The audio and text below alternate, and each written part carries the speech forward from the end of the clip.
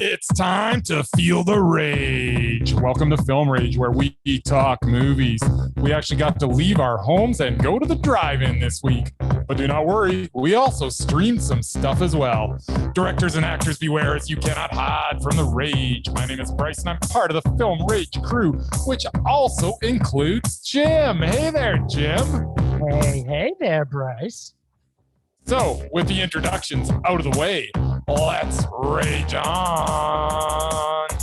Oh, thanks to all who have been supporting us in our fabulous podcast. If you love our independent podcast, please support us and join the growing Film Rage community by joining our membership at buymeacoffee.com/Film Rage YYC. All members get special episodes and content only for members, and all members that sign up get a special limited edition Film Rage merch item. If you cannot commit to a membership, you can still buy us a movie rental and dare us to see a terrible movie. Shout out to our biggest listening state, which is not Colorado, it's Missouri. And Really? our biggest, really. And our biggest listening province is in Canada is Alberta. We thank y'all for being number one supporters this month. Go Bears and Yahoo!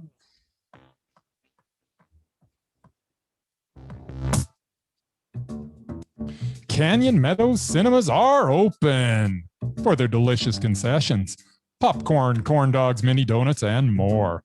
Open Thursdays 4 to 9, Friday, Saturday, and Sunday 12 to 9 for takeout via curbside pickup. Just go to canyonmeadows.ca and enter your order. And by the way, by being one of our faithful Film Rage listeners, you can get 15% off. Just enter the promo code RAGEON.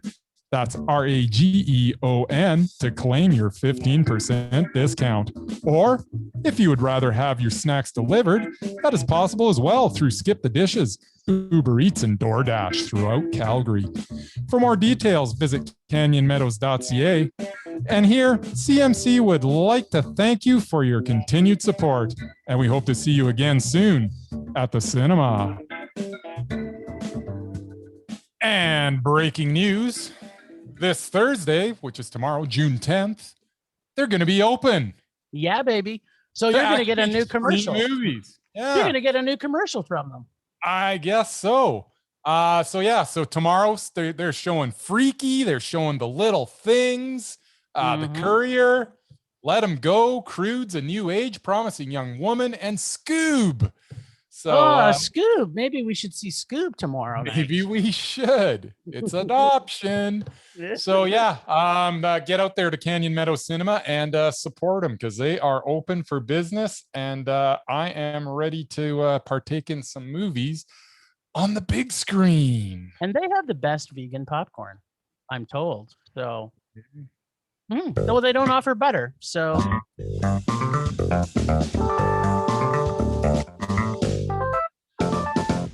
What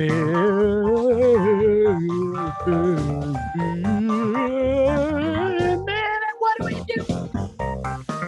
We're streaming, Jim.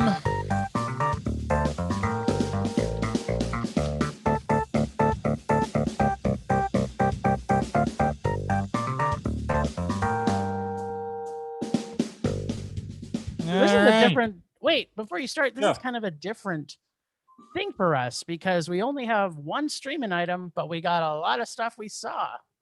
Yes. It's kind of a nice change of pace, isn't it? It's the best pace ever. A sign of things to come. Mm-hmm. All right. So we started the week by streaming a little movie by the name of Wrath of Man. This is Guy Ritchie's latest, so I was kind of excited to see it. So, director Guy Ritchie returns with Wrath of Man, the story of H, played by Jason Statham, a mysterious fellow with obvious ulterior motives that works for a cash truck company that transports millions of dollars around Los Angeles.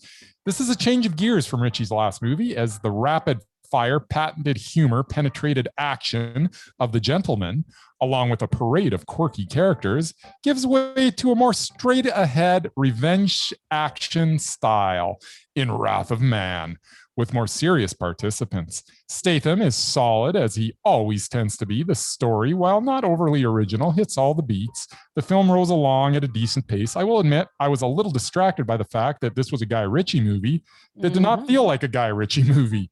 The camera shots were smooth and glided from one subject to the other.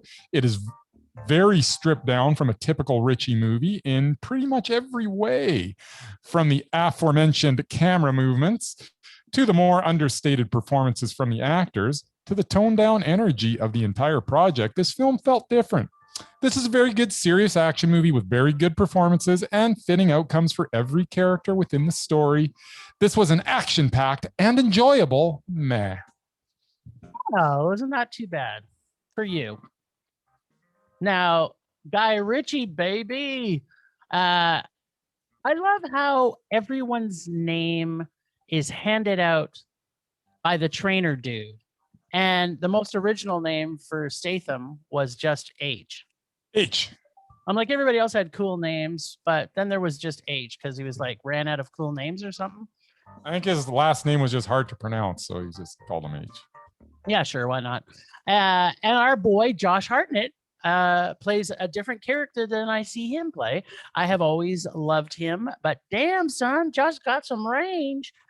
This has the makings to be like any other testosterone macho fueled film. So I gotta say, this did not feel like a Guy Ritchie film. Oh, it didn't. What? I've heard that somewhere, Jim. I heard that too. I have not, I not least one that I've seen before, and I think I've seen them all. Normally, his dialogue is quick and biting, so intelligently written. This was like the locker room at a junior high dodgeball tournament. I'm not saying I hated it. I'm just saying not what I expected. Plus, it's an I can film. Guy Ritchie, where my London boy in British accent.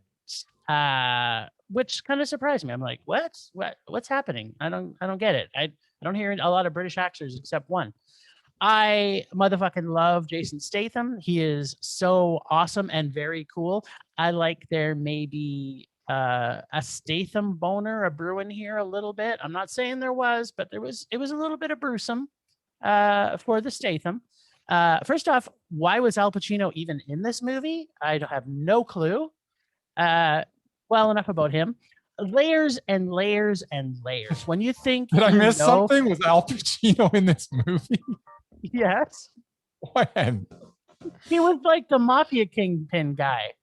That was Andy Garcia. Oh, wasn't Andy Garcia? No wonder. I confuse the two of them all the time. I didn't even look at the credits. I was just like, that's Al Pacino, isn't it? Yo, you're right. It's Andy my God. Okay, so what the hell are you talking? I thought you were going into a bit or something, but no. Screwing him up because I'm like, his character wasn't even needed. I'm like, he's in there for 2 minutes the entire movie, and I'm like, okay, that's awesome though. That's how much he impressed me in this movie. I didn't even know the difference. They're both old and they both are annoying to watch as they age. Ah, Jim. Well, I don't have egg on my face because anybody that sees this movie, when you see him in it, you'll be like, oh yeah, that could have been Al Pacino because there's no effort to really do anything. So now that we got that straightened out, thank God. Layers and layers and layers. When you think you know what is going to happen in this film, think again. This moved from testosterone-filled monkey man movie to Guy Ritchie, fuck my brain up film in less than 45 minutes. I'm like, who's the villain here? I don't know, and I could not be happier that I did not know. Did Guy Ritchie spend time in Japan? I ask only because this film took a whole Japanese gangster feel for me anyway. But only a little kind of Guy Ritchie style. And people, do you want to know how a proper timeline change appears in a movie? No, it's not a fucking montage. And no, it's not, 3 months earlier this happened. That did happen, but it wasn't used all the time. This is Guy Ritchie's brilliance, is where you can have a couple of problems with this movie, yes, but they're pretty minor enough. But that movement of time and space back and forth. I mean, we've seen so many movies lately where it's like, oh, they've got to put a montage in, or let's talk, talk about this for 5 minutes. Kind of like we're going to talk a little bit later. I'm just bringing this up specifically because we will talk about how you go through time changes in a better style. And obviously Guy Ritchie does it much better than people we're going to talk about later.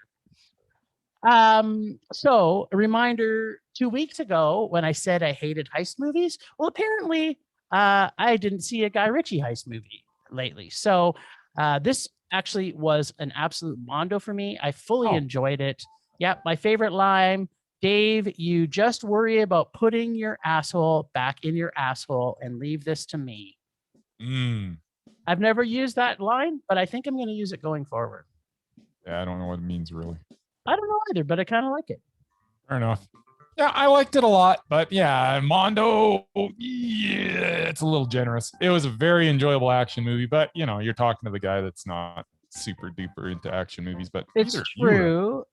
Well, I like action movies if it had a lot of things that were interesting in it, or it has John Wick in it, obviously. But I like a lot of kind of Chinese, Hong Kong action type movies where there's a lot of kicking ass and punching dicks. And I like this one actually.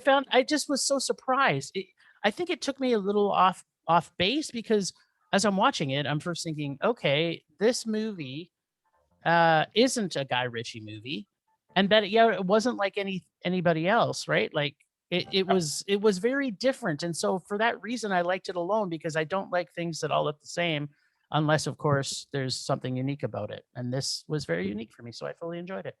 Cool. I can't argue with anything you said, except it wasn't quite a mondo. That's okay. If Al Pacino was in this movie, it might have made it to mondo for you. No, would have done nothing because really Andy Garcia was a throwaway character. I don't even remember his name. What was he again? I don't even know. He was some sort of king. I don't know. I couldn't remember his name, and you couldn't remember his name. So It's kind of the same. Not really. Calling Andy Garcia Al Pacino and me not remembering the character's name, not the same at all, my friend. It is kind of bad, but I don't really like either one of them anymore. So I kind of was just, to be quite honest, it's kind of when I went to the washroom and then came back. So fair enough. All right, let's go to the drive-in. Yeah, let's all go to the lobby. Let's all go to the lobby and buy ourselves a drink. Yeah. So, for those of you who don't live in Calgary, you would not have been able to come to the Cuff Drive-In with us. But those of you who were, hopefully they're listening, actually got to spend some time with us there. For those of you who are maybe living in another city, I have a feeling you have a chance to have seen these movies we're talking about, except for maybe the middle one we're going to talk about. So for those people listening that are in Calgary, you can always find information on our friends Cuff at www. Got to make sure you add that. .calgaryundergroundfilm.org. And you'll get to go back and see which films they played at their festival and what they played at the drive-in for us. So I have the sheer pleasure to introduce the long-awaited Saw film, Spiral. This has the book of Saw, Jim. There we go. Now I think that was the old title. I think they just called it Spiral because the people from it's still on the poster. It's Spiral.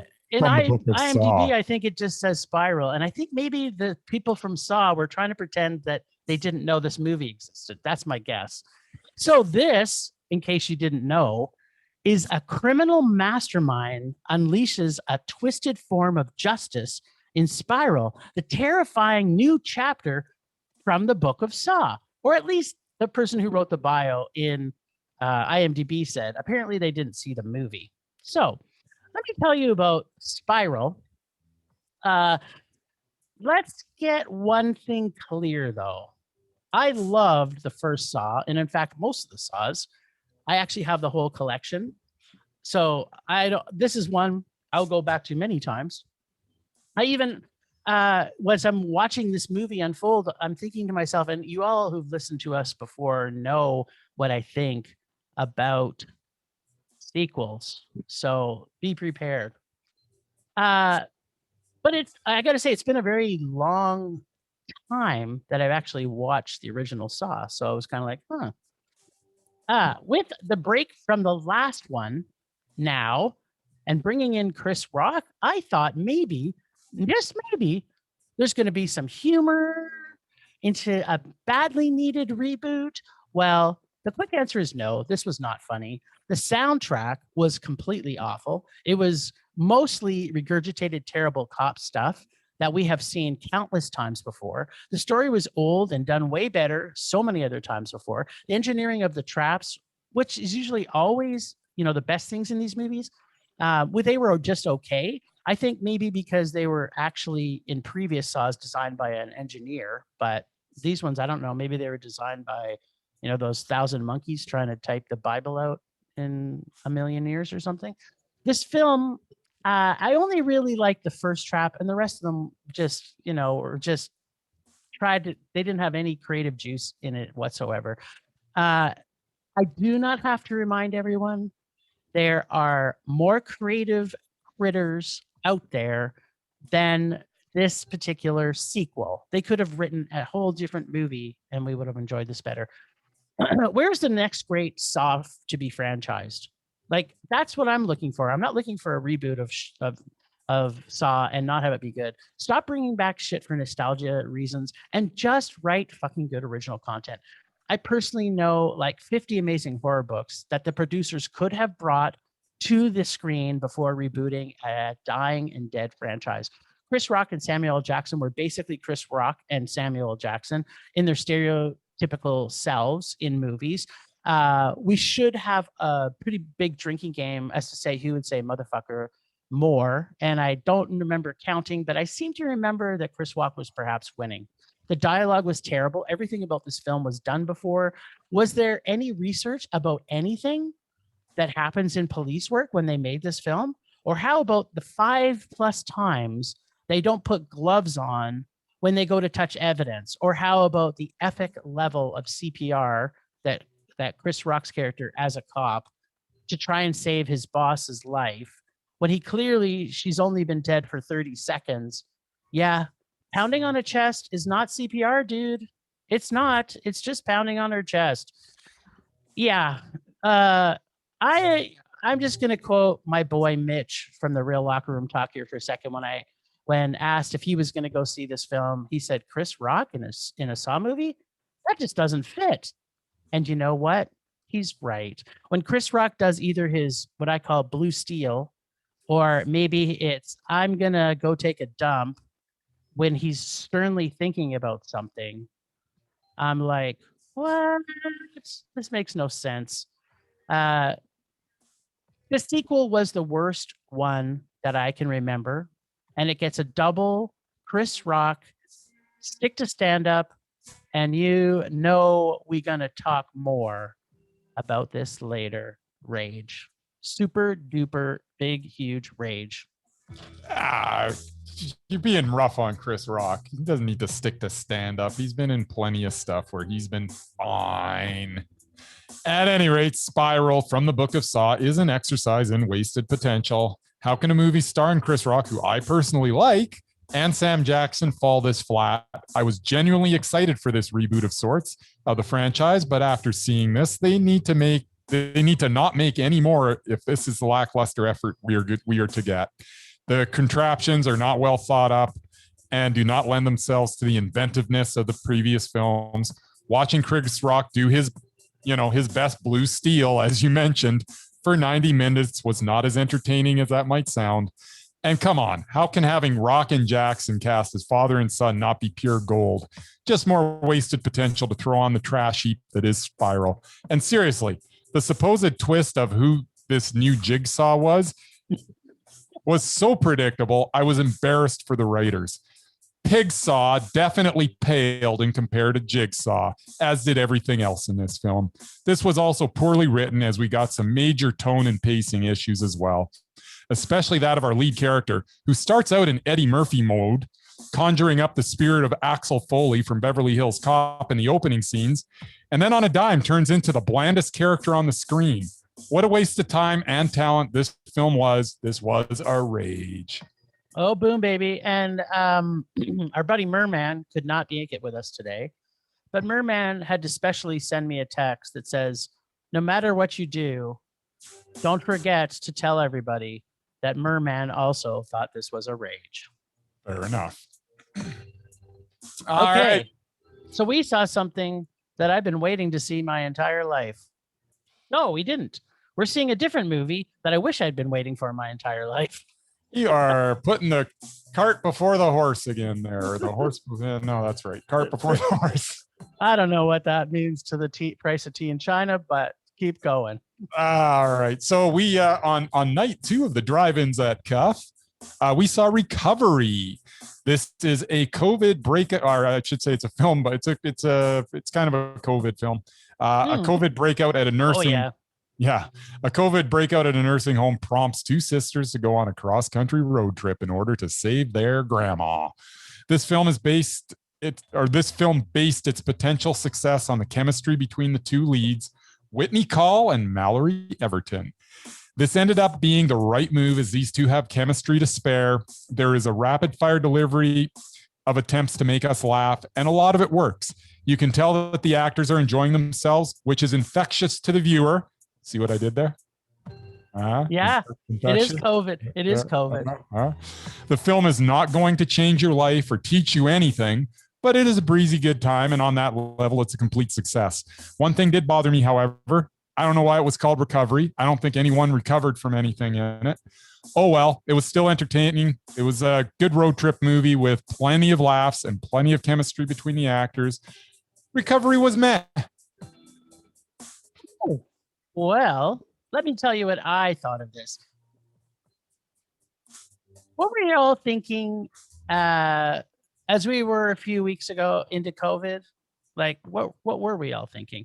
Well, this film takes us on a comedic journey through our own minds of what we have been probably going through for the entire past year. The best random phone calls from any movie that's ever happened ever, from the kid, the sister, the grandma, the boy crush. All of it was so fun and funny. I could watch these 2 actors do a TV series that went on for a lifetime and never tire of hearing them talk together. Okay, so this was a thing as we were watching this film. Every time something confusing was happening, we would ask a question aloud. This is us sitting in the drive-in. We'd be like, oh, that was confusing. Well, and then just as we're about to say that, they would literally answer all of our questions. So I'm kind of like, what? How did they so smartly write that? Apparently, because they're good. The ladies in this film were freaking hilarious. I could not stop laughing the entire movie. The silly outrageousness of their thought process was just like me and one of my besties being stupid. I can imagine being on this spin-off, a buddy comedy, and I enjoyed every second of it.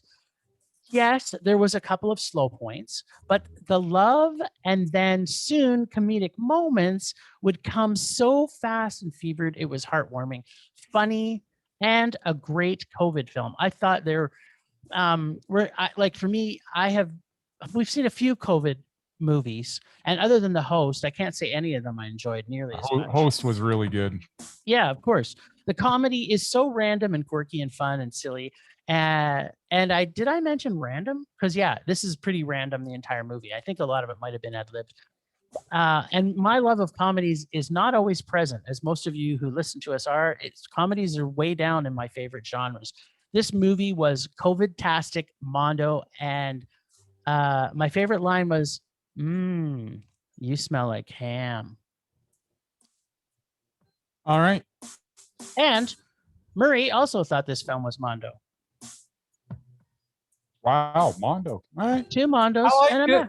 Okay, but when was the last time that you've ever seen a movie of comedy lately, and don't say Hubie Halloween, where you laughed as much as this movie? I don't know. You put me on the spot. I'm sure I've watched lots of movies where I laughed more than this movie. Having said that, I laughed a lot in this movie, but at the end of the day, was it mondo? No, it was all right. It was 100%. I think this is my favorite comedy I've seen it in 5 years. If anybody came up to me and said, you know what, I want a breezy 90 minutes and I want to be entertained, want to laugh a little, I'd say, yeah, watch Recovery. You're guaranteed to laugh. It's good. Yeah. And I would say this is the best comedy I've seen in 5 years, hands down. There you go. I can't believe you gave our girl Tiff a Mondo and you're giving this one a meh. Because it was Mondo. I can't wait. I'm hoping at some point soon I get to see her and Billy Crystal, their film. Because I really want it. I want Tiff to have like back-to-back Mondo. She's like my new favorite actress. She's the best. You know, sometimes when you think you love somebody unconditionally and then they say something like they love Tiffany Haddish, it's kind of like you hate them just for a minute. Just maybe a small minute. You know what? I've only got one movie to base it on right now. Tiff is aces in my book right now. And, you know, I am looking for it because the fact that she's in this Billy Crystal movie, I can't remember the name of the damn thing. But anyways, I am going to watch it. And that's going to be the key. If she can go back to back, I'm going to be like, all right, Tiff is a rock. Sometimes people take a while to get into the swing of things. Yeah, I can't say as I've seen it yet, so I'll keep wishing and a hoping and a praying and a. As I said, I can't. That's why I want to watch your next movie, because maybe. And I still don't, but I'll probably have to see it because you'll make me go see it, and it'll really annoy me. So it'll be a pretty entertaining episode. So stay tuned. I hope 5 or 6 months from now, who knows? But you know, it seems like we can never stop talking about Tiffany Haddish. So there you have that. Well, on a brighter good note, or bad. There's on a brighter note, we got to see what I've been waiting to see my whole life, and I'm still kind of mouth agape. An elderly gentleman goes for what he assumes will be an ordinary day at the amusement park, only to find himself in the middle of a hellish nightmare instead. And this, my friends, is directed by my all-time favorite director, George A. Romero, and it was written by Wally Cook. And it stars a bunch of people that I don't think anybody would have ever seen anywhere ever, because this is the lost and forgotten, not necessarily forgotten by me, but forgotten film from George Romero. This has never been truly released. It would have had a very soft release when the Lutheran party of probably. I think they buried it, didn't they? Well, but I mean, they saw it. They had to see it, but they're the only people that have seen it. Yeah, they're the only people that saw it, and they're like, "What the is this?" That's the what I'm meaning is that by it had a very limited release. So the 3 or 4 Lutherans that put the kibosh on it. Yeah, exactly. So as I said, I've been waiting for this movie my entire life. Well, maybe not all my life, but pretty close. Yep. Ever since I became aware of Romero at the young age of 12, I knew it existed and I wanted to see it. This film does not have great production values. It is not going to be for everyone. That is 100% for sure. And if you watch this film expecting anything that Romero has done in the past, you will be a little bit surprised. I mean, it is definitely of the era of his early work and is pretty choppy with the messaging he's wanting to get across. But the overall message is clear that the Lutheran Church wanted, although I'm pretty sure they didn't see that when it was first made, which is about old people being second-class citizens. I don't think it's really a match for what they were hoping for. At least this is why it hasn't been released. That's what they wanted. They just didn't want it in the way that he did it. That he did it, yeah. They wanted to shine a light on the fact that the elderly were being treated very poorly. That was the whole point of what they wanted. Just not in this way. Exactly. Well, I think this. Which I think this way was effective. But go ahead, go on. Yeah. Sorry for interrupting. I actually 100% believe you that I think that this would have been more effective if they showed this to people. It has the great sensibility of Romero, along with the biting, tongue-in-cheek humor and horror. His way of depicting commercialism and the throwaway society of the elderly is very overtly shown in the amusement park come true life story. I wish the sound in this film had been cleaned up better. or even somehow overdubbed. I hate to say that, but I did find it took away from the film a bit, and how the mini stories contained within the film sometimes ended too abruptly or were a little under realized as you got the point of the intent of the message. But I feel that, they were kind of too short. I wish this was a longer film. I also was glad I saw this film, especially in the drive-in. Just not in a rainstorm, and not as much as I was hoping. At least the rain. I love Romero and everything he does, but this film, just not enough to give it a Mondo. For me, it was a man. I did really enjoy it. I really loved the intent and the message, but I couldn't get out from the fact that the sound was really badly done, and there was just too much noise within the film. I wish they would have cleaned it up. Yeah, I'm not disappointed I saw it, because it's something you'll never forget. But it's just a meh for me. All right. So it's amazing to me that Romero can just beat you over the head with a metaphor, as he does in basically all of his movies, yet they're still effective, and for the most part, they're entertaining. This film was no different, as Romero holds a metaphoric mirror up to society, and in this case, it's the plight of the elderly that he focuses on. It is crazy that just shy of 50 years later, this film almost seems timely in its content. The picture of society that he paints back in 1973 is not so different than what can be seen today.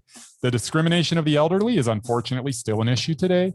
Every scene has a purpose, and every scene delivers the undeniable message that it sets out to reveal. This is at times a hard watch, as its subject is a very heavy one. The use of elderly non-actors lent itself to a genuine feel, as we saw these people in deplorable situations. The amusement park is incomplete in many ways, as it was a project that was not fully realized. It has some sound issues and some editing issues, but it is still an important part of the Romero legacy of films. It does suffer from the fact that it is incomplete in many ways, but is still very watchable, and its message is true. The amusement park was a very high math for me. Yeah, I would say, yeah, sure. I'll give it a high. Yep. It was pretty high. It wasn't a Mondo. And you know what? Like, for me, everything that Romero does in my mind has been Mondo. So this would be the only film I think I've seen in his entire repertoire, and I've seen them all, that didn't make Mondo for me. There you go. But who knows, had it been fully realized, because it looks like this is what they had. There was probably, there's no reshoots involved in this. They probably shut down production too. Exactly. Like and he had to just edit it together at the end. Yeah. And there's dialogue that's just completely missing, because there's just music over top, and the overwhelming sound of the amusement park kind of just drowns some stuff out. So it's an incomplete film, and had it been complete, who knows? It could have been so much more. But it was super interesting to watch what was there. And knowing the story behind it makes it even more interesting. I really enjoyed it watching it going in. Then I had to go look up, like, why the heck was this made, and why the heck wasn't it released, and why the heck is it not complete? And, all these things going through my head afterwards. I had to go back and find out. And it was an interesting watch, to say the least. I really enjoyed it. Yeah, your point's so well taken, though, right? Is that we sometimes forget that sometimes the director's vision is not what we end up getting to see. That's why we have movies with the director's cut, right? They had to make edits, or maybe he got his entire budget from the Lutheran Church, and then they said, "No, I've seen what you've done. This is terrible. Stop making it," right? And then he just held on to the. Where was the cutoff point? Who knows? Maybe exactly. I'm sure there was other stuff that he wanted to put in there. Otherwise, it wouldn't be like 53 minutes or whatever it was, too. So. Yep. So I'm gonna say the George Romero director's cut of this movie would have been Mondo. So he's still perfect in my mind, just so everybody knows. Fair enough. Temperature rising. Vision blurring. Rage taking over.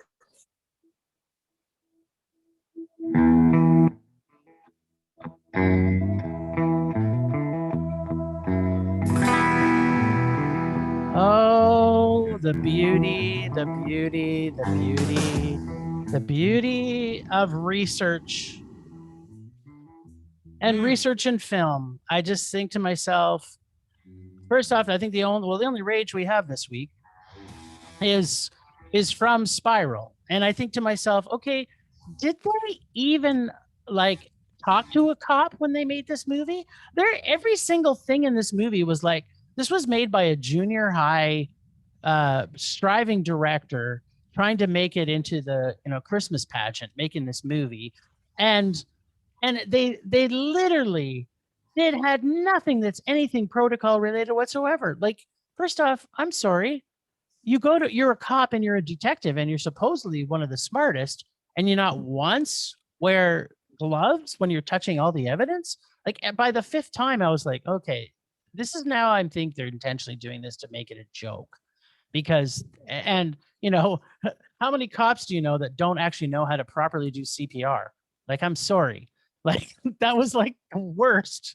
So my rage this week is, if you're going to make a movie that has technical, well, not even technical. I think it's just common knowledge from everybody that watch police shows that you got to wear gloves because you're not tampering with evidence. Like, I think if you asked a 6-year-old, hey there, little 6-year-old, I see you're watching a police drama, whatever kids watch nowadays, Dora the Explorer meets Mr. Policeman.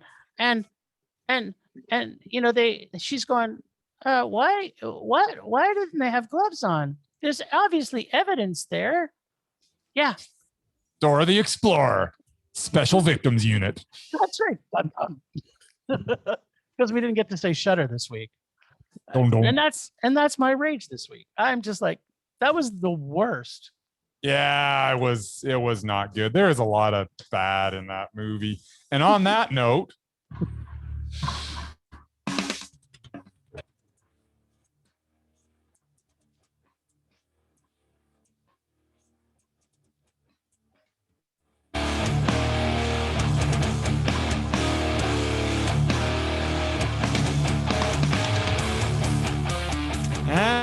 so my rage is the fact that Chris Rock and Samuel L. Jackson were in a movie together, cast as father and son, and that movie was Spiral.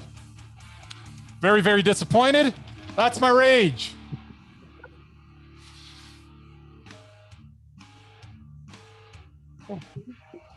I agree. Rage subsiding. Pulse slowing. Anger fading. Hey there, movie lovers. This is Dylan, Frank, and Erica, and this is our podcast. Our weekly movie reviews cover everything we think, From all-time classics like Pulp Fiction and Friday the 13th to more modern movies like A Star is Born and The Hangover. And our weekly beverage reviews cover everything you want to drink, from wine and beer to creative cocktails. So get your glass ready and join us weekly wherever you stream your favorite podcasts. Our show is launching on May 4th. Subscribe today so you don't miss a thing. Follow us on Facebook and Instagram at Drunken Drive-In Podcast and on Twitter at Drunk Drive-In Pod. So remember, movie lovers, drive safe, drink responsibly, and keep watching movies. May 4th. I couldn't agree more. Yeah. So now they've been. That means you can watch it right now or listen to it right now, Yeah, Jim. you can get probably a month and just a little bit over a month's worth of content. It's time to catch up.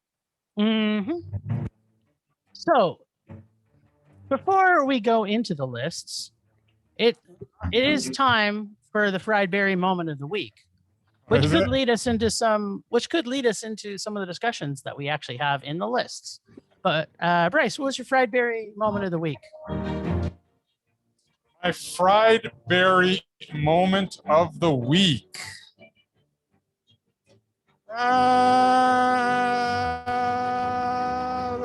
I should really be prepared for this, since I should know it's coming every week by now. Yet for some reason it throws me off every time you do it.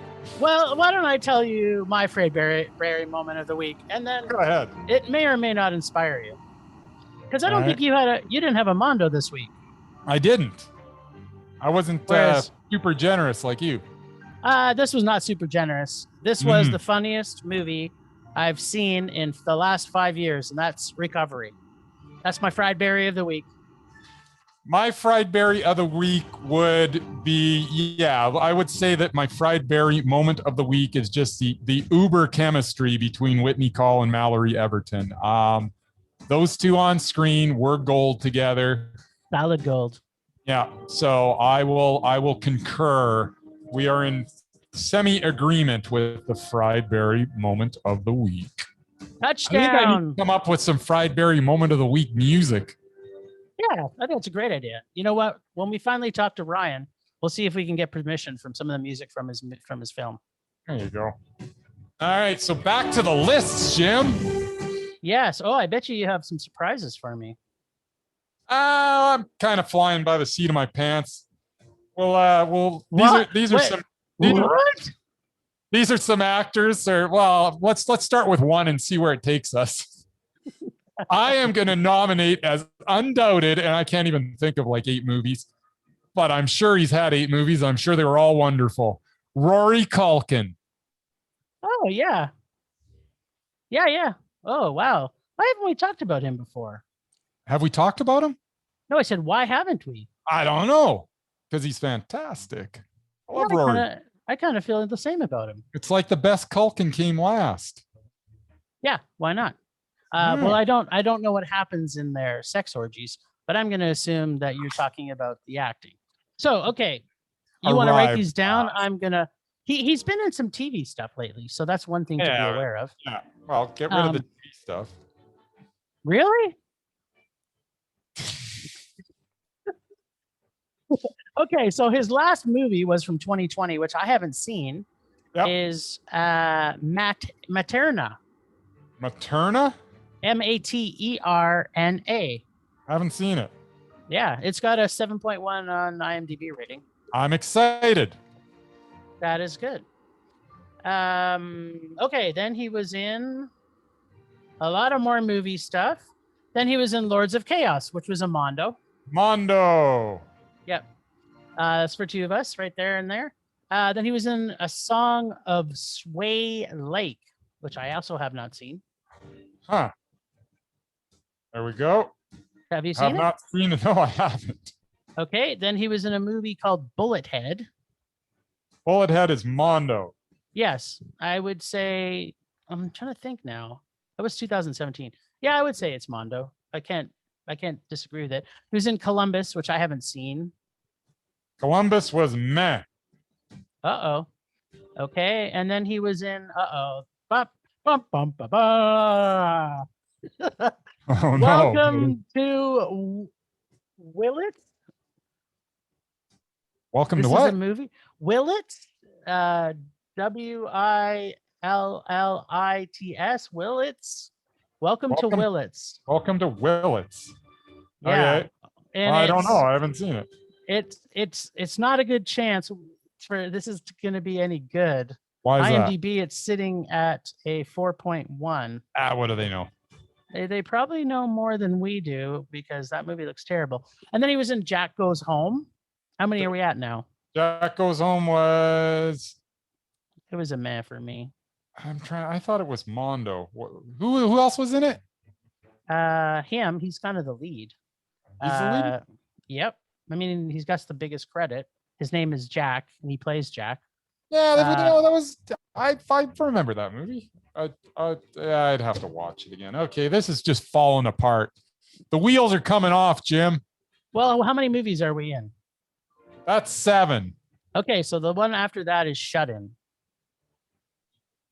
I got to start watching some Rory Culkin movies. I love the guy, but I've seen like 1, 2, 3. I've seen 3 out of his last 8. I think I'm a Rory Culkin fan. Apparently I'm not because I'm missing everything. I'm in the same boat as you, buddy. I love him. All right. Scott Pilgrim versus the World. Oh, so good. I could talk Mondo. about that for an hour. I love that movie. Yeah, as do I. Okay. All right. You know what? That was fun. Let's do one more. Well, I got one, but okay, let's do yours first. Mine is a Repulsive, which we don't get very often. Yeah, these are quick too. So go ahead. It's okay. Like they are or they're not. Yeah, and if you say anything but this person is, I'm going to be very surprised. I'm going to put forward Martin Lawrence as Repulsive. He's not on the list yet? No, exactly. Why isn't he? How is he not on the list? Exactly. Oh God, is he repulsive? Yeah, and I tried to do the Doubted with him, but damn it, he was in Dolomite, so he can't. He can't. Yeah, I forgot. Yeah, about that was a Mondo probably from all three of us. Yeah, it was. All right. Are you ready for this? Yep. I don't know what he's been in lately. I've just thrown this name out because I love the guy. Tom Wilkinson. Okay. Oh, I kind of like Tom a lot too. Yeah. But is that Yeah, go ahead. yeah, like why did I think I actually put him on as well. Yeah, it's funny What? actually. I put him on the Mesmerized, but you're actually picking him for Undoubted, are you? I don't know. I don't know what he's back. So let's do it real quick. Okay, he was in a movie called SAS, SAS, colon, Red Notice. SAS Red Notice? That's a movie? They haven't seen it. Okay, this is going to be another case for you, by the way. He was in a movie in 2008 called Dead in a Week or Your Money Back. He was in a 2018 movie called The Titan. He was in a 2018 movie called Burden. He was in a 2018 movie called The Happy Prince. He was in a 2018 movie The Catcher Was a Spy. Okay, there's no way it was in that many movies in 2018. He's got credit for it. By the way, I have seen The Catcher Was a Spy. Okay. Mondo. Okay. Well, I don't think you've seen all those. I've seen 1 out of 6 so far. Apparently, we're fans of his work. Then when we see him, but because he makes, it sounds like, I'm just guessing, 10 movies a year, there's a good chance he's never going to make it. At least in 2018, he made 10 movies. Yeah. Okay. Well, What's the one just for argument's sake? What was before The Catcher and the Spy? Which was before? Or was a spy? It has a spy? I thought it was a spy. I don't know. It's The Catcher Was a Spy. That's what I said. It's not the. I know. Oh, A Catcher Was a Spy. The Catcher I know. The Catcher was a spy. Before that was The Happy Prince. Before. In time, not in what I was reading them. Yes. Okay. It was The Beautiful Fantastic. The Beautiful Fantastic. Mm-hmm. Okay, well, this is a lost cause. I've seen 1 out of 7 movies. Might as well do the 8th. What's the 8th? Well, I've done one out of 8. I don't want to know anymore. I want to know what the 8th black is. Okay, it's called Denial from 2016. Mondo. There we go. So he's on. There we go. We just don't have to watch. You can't be on with 2 Mondos. Can we just put him on for Mesmerizing and move on? Fine, he's mesmerizing. Okay, there we go. But I think at some point I got to watch a bunch of Tom Wilkinson, and then I'm bringing him forward again, and then I'm going to make you watch 6 frickin' movies. I do love him, so I won't mind one bit, actually. Yeah. So bring it on, bitch. All right. Okay, I don't know if I'm going to try that again. That was, I don't know that Before worked. Actually doing a bit of research? Yeah, that was like the worst. Zero research. I just threw a name out. I like this guy. I haven't seen any of his movies. My embarrassment from the beginning of the podcast is nothing compared to your double embarrassment. Whatever. That was entertainment, my friend. You know, solid gold. Solid gold. Solid gold. Oh, baby. Last week on Rage or Dare, Bryce thought himself more powerful than the Dare bag when he scoffed at it and thought he was Teflon to the rage. Provided by our listeners. He pulled what is thought to be M. Night Shyamalan's worst movie when he pulled The Last Airbender. This week, I will get to test my luck with the Dare bag, or maybe return to Bryce's newly created bag of rage, which so far has been delivering on all fronts. Let's check in with Bryce to see if M. Night Shyamalan, a ding dong, should go back to writing ghost stories or leaving his scary ways behind and stay doing children's stories for life? Bryce, how was the CGI from our boy M. Night? Oh, but wait, Yeah. most What? importantly, can you feel the rage? You know, CGI was the CGI. It wasn't great. The Last Airbender was not as bad as I thought it might be. It was a strange experience as anime got turned into live action. That did not translate well. The performances within saved the film to a certain degree, as the three kids cast in the lead roles were so bad that I laughed out loud at their performances on many occasions. The writing was also laughably bad, as you would get scenes where actors would just repeat things back to each other repeatedly. It was odd.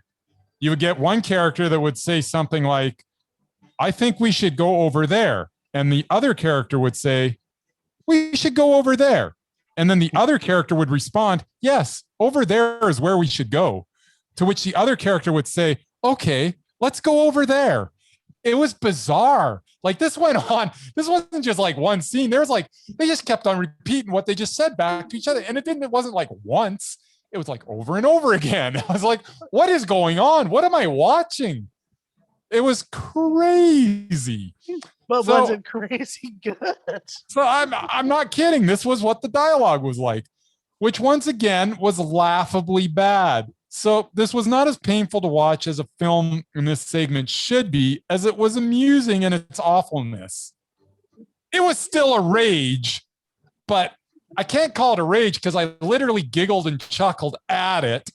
Like, no, that's almost the epitome of it. But it's not like it's funny bad where it's bad, it's funny. It's just terrible and funny at, not with. I was laughing at it, but I was laughing. It wasn't making me angry. It was going, man, this is a piece of dog crap. Yeah. But it wasn't like an all out, oh, how could they make me watch this? I was giggling. How could you be so mad at such cute kids who are just trying to learn to act? That's all they were trying to do. The three leads, it's like, wow. How did they? Kids can act these days. There are so many decent kid actors out there. Don't get me wrong, there's still a few crap ones, but there are some this was a multi-million-dollar movie. Like, they spent some money on this movie. Could they not find some actors?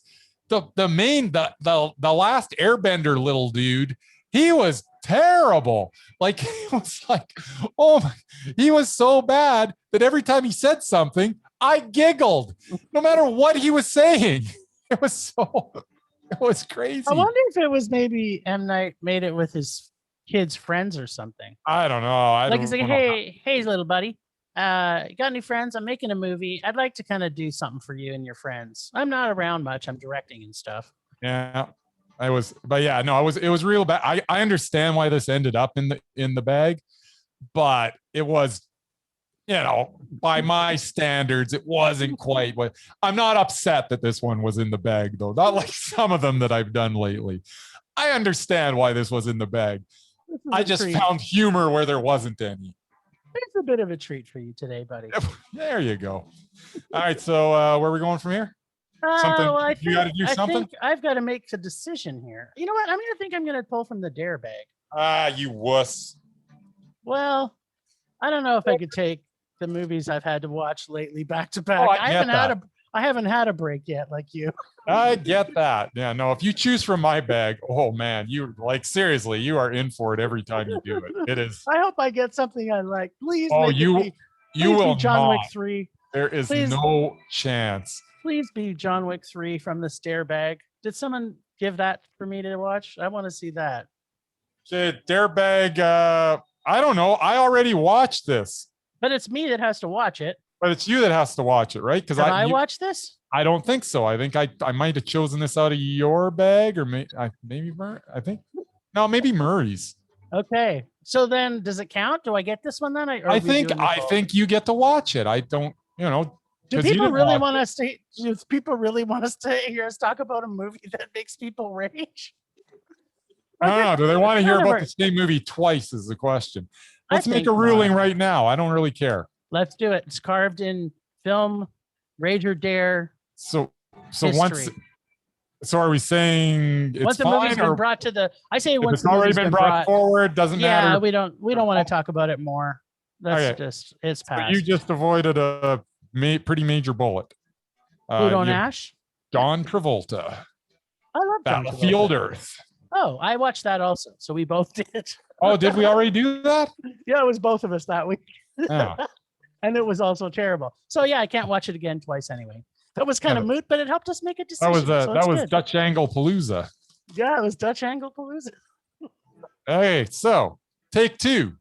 I didn't even remember that you watched it as well. I thought I had to suffer Because through that. it was well, you know, friends do that for each other. It's hilarious. It's worse. No, Boondock Saints. What is going on? Take three. So for those of you who are actually listening to this, the Boondock Saints you won't understand yet because we had a private episode that you'll eventually get access to only our members, and Boondock Saints was one of the films we brought up, so that's even funnier. Okay, what's number 3 on the docket? And that was their all-time favorite movie. So Yeah.